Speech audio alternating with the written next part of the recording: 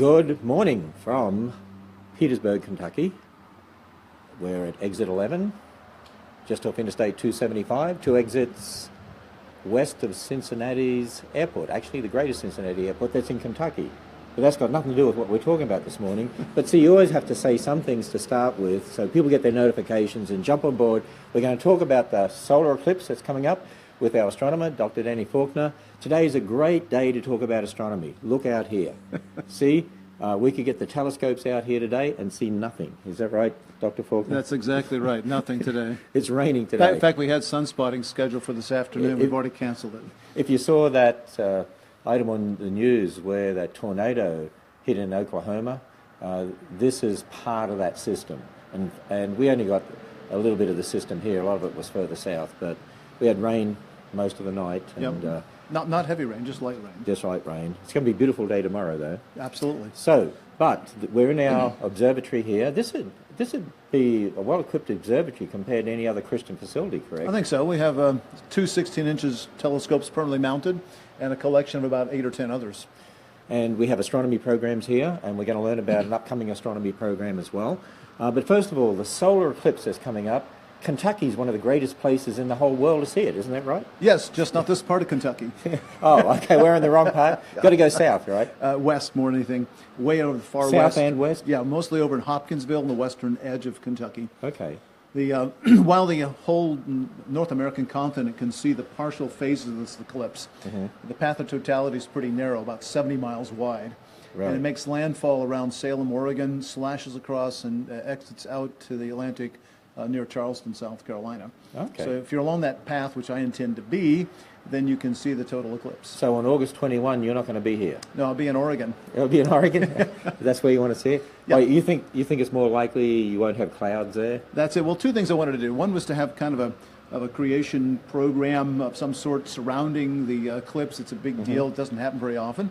And I'm working with the Design Science Association in Portland. Okay. I've spoken there before. It's a very active group. Yeah, I've spoken there too. I think they have like monthly meetings. Right. And usually at least one field trip a month. They go on raft trips. They go in the mountains of the Cascades, the volcanoes. I think it's great that there are creation apologetics organizations in other states and other countries getting the message out there, because the market is unlimited. It is. There's still a few billion people to reach with the message of God's Word and the Gospel. That's correct. But the field trip for the Design Science Association this month is the total solar eclipse. It's I'll be speaking Saturday morning of the 19th, a couple of times with them, and then a couple of churches on Sunday. And then we're going to get up really early Monday morning, board a bus, and ride east of the Cascades over to an area along the path of totality. So now I presume that for your speaking engagements, we'll have that on our event section of our website. They're on the event section, yep. But what if people want to join you for the solar eclipse? Can they do that? It's getting kind of late. I think they have a limit of 50 on this trip, and I think they're probably booked. But if you're in the Portland area or Oregon area, you could contact the Design Science Association, have a website, and find out if there's any room left. Okay, Design Science Association. So you're going to come back and give us a good report on the solar eclipse, though? I'm scheduled for staff meeting the following Thursday after that, so I better have a good report. Look, the reason why I want going to take a video of it? I don't know yet. I'm still trying to decide what I'm going to do, but the reason why I'm going to Oregon anyway, partly because of the group there to speak to and work with, but also because I think the weather prospects are the best. Right. People think of Oregon as being rainy, and that's true, and cloudy, and west of the Cascades it is. But once you get east, it's a high desert. And I think everyone recognizes that Oregon east of the Cascades is probably the best place to watch it. It's going to be like 98% chance of really clear skies. Not a lot of infrastructure because there's not many people living there. So it's a little tricky. If you don't have your reservations or plans already in place, probably have a hard time getting there. But if you live in Kentucky, you could go to Hopkinsville and the weather might be like it is today. Yep. Southern Illinois also, we have Nashville is just on the southern edge of the eclipse path. It also passes between Knoxville and Chattanooga. Around here, I'd suggest people hopping on Interstate 75 and heading south early that morning and just pulling off somewhere between those, about halfway between Chattanooga and Knoxville. It's probably about a 5-hour drive for people. So I wonder if the Interstate 75, actually the arc encounter is right at exit 154 on Interstate 75. So you would go about 4 hours south of there, about 4 hours south something of the like arc, that, yeah. And what, Interstate 75, the second busiest interstate in America, Yep. and all these people heading south. Can you imagine what that's going to be So like? you want to leave really early in the morning, to throw several hours of extra time in there. You know, eat lunch at Chick-fil-A and then enjoy the eclipse. It'll be about 2 minutes and 20 seconds on the path of there. Where I'm going, it's a little over 2 minutes. So we're sacrificing a little time. If you don't get there in time, you can miss it. Really. You could. Oh yeah. And you know what will happen is along the path of totality, it will hopefully get dark if the sky is clear. For about 2 minutes, and at that point, during totality, and only during totality, you can actually look up at the sun directly without any protection between you and the sun. It's not advisable for anybody. Any other time, don't do that. The sun is very dangerous, but during those 2 minutes of totality, you can look at it. You'll see the corona. It's a beautiful outer atmosphere of the sun. The chromosphere right above it with prominences. The prominences are like blood red loops around the edge. We have a telescope here. In the observatory, we have a special filter on it to look at prominences during our sunspotting program, but we only see a few wisps of them. During totality, you will see a bunch of them, and you won't need the filter, and they'll be much better than we ever do here. So I imagine there's going to be all sorts of photographs taken by people. Oh yeah, I'm planning to take photos or something. I'm not quite sure what I'm going to do yet. So how often does this happen, a total eclipse like this? Oh, well, usually about every year and a half somewhere on the Earth, but it's a place like Timbuktu or the South Pacific or Antarctica or Greenland or Siberia. It's the first time one's been in the continental U.S. since 1979. Oh, really? And it's we've had a long dry spell. And it's I read once many years ago, in any given location on the Earth, the chances of seeing one is about once every 4 centuries. So either you're very lucky or you plan ahead to see them. Yeah. My wife and I went to one in 1979 in Manitoba. That was almost 40 years ago. And it was really funny, Ken. During the eclipse, we ran a tape recorder. And afterwards, we played it. And you know my wife, she's not quite as outgoing and talkative as I am. But during the eclipse, she talked quite a bit. She was saying, right. "This is great, this is wonderful." And then I didn't say 2 words.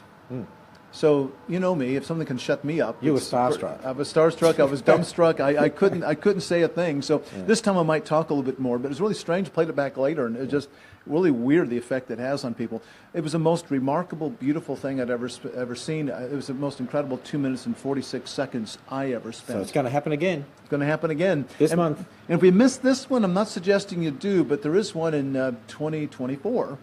And that one comes closest to us near Indianapolis. So tentatively really? I'm planning to head up to Indianapolis. It's a little closer this time. Yeah, that'll be closer. So just before we go on here and close off, we have some astronomy programs that we do here at the Creation Museum. We have Amanda over here with us from Guest Services. Hi, Amanda. Good morning. So tell us about the astronomy programs that Dr. Faulkner is doing here. When's the next one coming up and what are they doing? The next one is August 25th, so it's just a couple weeks away. It's a Friday, and so this is our third in a series that we've done so far. We've studied dinosaurs and geology, and so with the solar eclipse being this month, we wanted to take advantage of that whole theme. So this is part of our Explore workshops? Yes, sir. We call them? And so if people want to enroll in this, how do they do it? They just need to go to thecreationmuseum.org. It's right on the website. They can register, and we have a whole day packed full. They'll be able to come in the afternoon, check in. We'll get to do sunspotting. We'll visit the planetarium. We'll get to do astronomy live, stargazing, all weather permitting. So how many, what age groups? We are catering to 2 age groups this time, just because it goes late into the evening. We'll be going towards the juniors, which is the 8 to 12 age range, and then the seniors, which is 13 to 18. So great opportunity to bring your kids. Yes. Homeschoolers, people want to pull their kids out of public school, Christian school, anybody to come and for your kids to really have a good crash course in astronomy. Exactly. Will Dr. Faulkner be leading this? He will. Okay, yes. so you'll be here leading that. Now, if the weather is not good, and we always have to have contingency just in case, because we live in, it's basically the edge of the Midwest here, and so sometimes the skies are grey. Sometimes it's like it is tomorrow. Yeah, tomorrow will be sunny and beautiful. So we're hoping it'll be like that for the astronomy program. But if there is bad weather, you can still do astronomy programs. We do them in the planetarium, correct? Yeah, we won't be able to do it live outside, but we have some other alternate programs for if it is cloudy. So, in other words, book in, you're going to get astronomy programs regardless, Yes. but you'll be able to show them the telescopes and give them talks on that and the planetarium. and weather permitting, which we pray it'll be really good, like it was for our Stephen Curtis Chapman concert on Saturday night down at the Ark. Beautiful weather. It was absolutely, and we had an outdoor concert, so that was really great.